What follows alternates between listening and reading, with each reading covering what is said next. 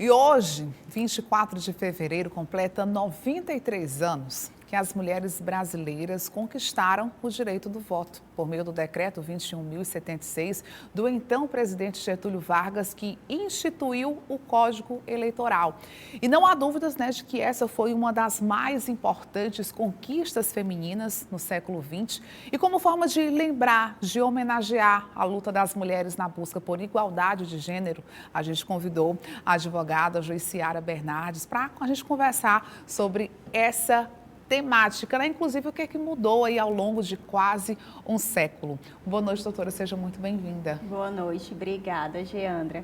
Um tema importantíssimo, da gente tratar, um tema que ainda apresenta percalços, a gente ainda tem muito a avançar. Muitos desafios, doutora? Muitos desafios, mas aos poucos a própria história vem nos mostrando que nós estamos superando. Lá em 1932, quando foi permitido o direito da mulher votar, foi permitido com algumas ressalvas, E aí trazia que somente as mulheres alfabetizadas, maiores de 21 anos, aquelas que eram solteira ou viúva, precisavam comprovar renda, e aí as casadas precisavam da permissão de seus maridos. E aí a gente para pensar quem eram as mulheres que de fato conseguiam exercer esse direito plenamente, lembrando que ele era facultativo. Olha aí, então foi uma conquista, mas facultativo e com vários critérios, para que essa mulher pudesse ir à urna. E aí depois passou muito tempo para esse voto se tornar obrigatório, ser efetivado, universalizado, não é isso, doutora? Exatamente. Apenas em 1985, esse voto se torna obrigatório. Um longo percurso caminhado. Inclusive, hoje, o Senado divulgou no seu Instagram alguns trechos de falas de parlamentares dessa época que destacava que esse voto era um voto de cunho anarquista, de cunho que a mulher ela não conseguiria exercer uma vida política porque ela era voltada para o trabalho doméstico, ela é voltada para a moral e a moral não era condizente com a política. Daí a gente já se percebe o enfrentamento que foi preciso fazer.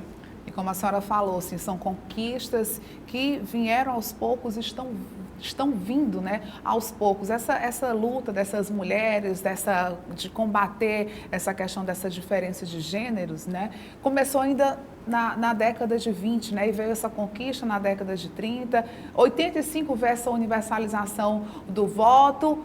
E agora, depois de muitos anos, vê essa questão dessa cota. Essa cota também, ela representa um marco histórico, na mulher na política. Isso. Apenas em 1997 é que a gente tem o direito à cota, que representa no mínimo 30% das candidatas daquele partido, ou seja, é no mínimo, podendo ser mais, mas infelizmente é cumprido apenas o mínimo.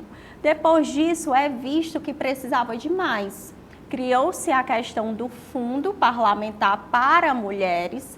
Depois a gente vem a falar de violência política de gênero, que é exatamente garantir que essa mulher participe dessa eleição como candidata, mas que ela concorra em pé de igualdade, sem sofrer restrições, sem ser atacada em razão da sua condição de mulher. Essa Sara falou num ponto importante, porque assim, tem todos os partidos, eles têm que ter pelo menos 30% da chapa formada por mulheres.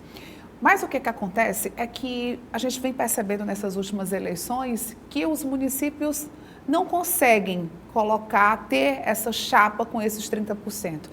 A senhora, o que a senhora acha? O que acontece? Apesar do TSE obrigar também que esses partidos, eles contribuam, eles ajudem essas mulheres a participarem, fazendo...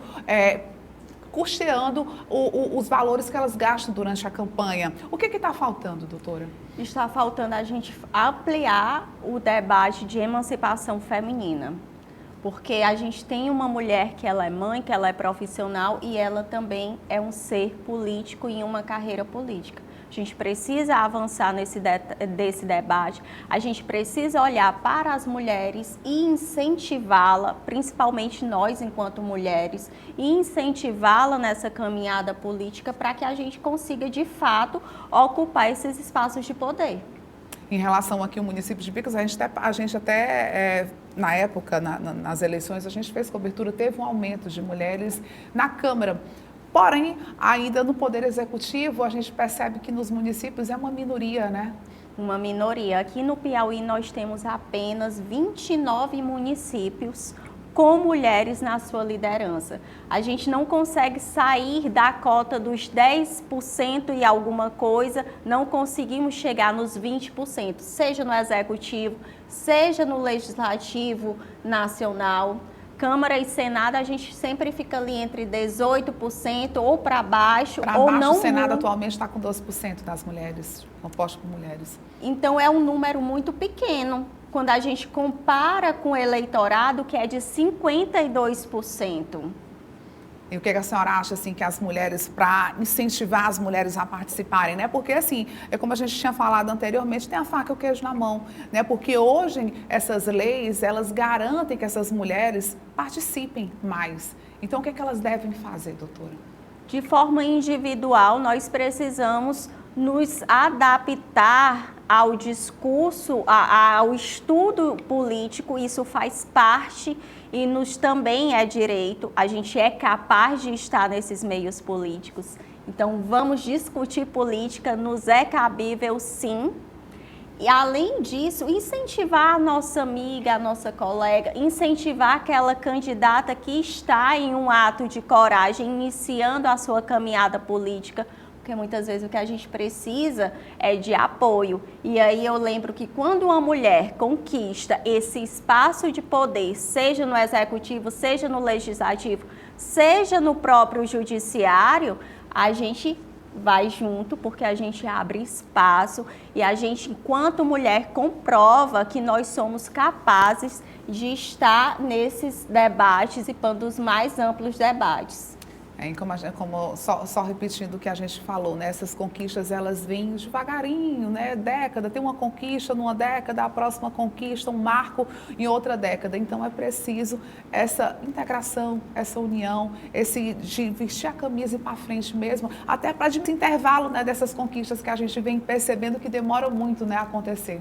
Que demora muito, e quando a gente consegue adentrar lá dentro, a gente acaba tendo outras conquistas, a gente avança em política pública voltada para o gênero, pela sensibilidade da representatividade, a gente avança em leis, seja lei da licença da maternidade, foi algo que foi conquistado por nós e para nós. Um olhar mais sensível, nós entendemos das nossas necessidades e quando a gente adentra, a gente consegue defender.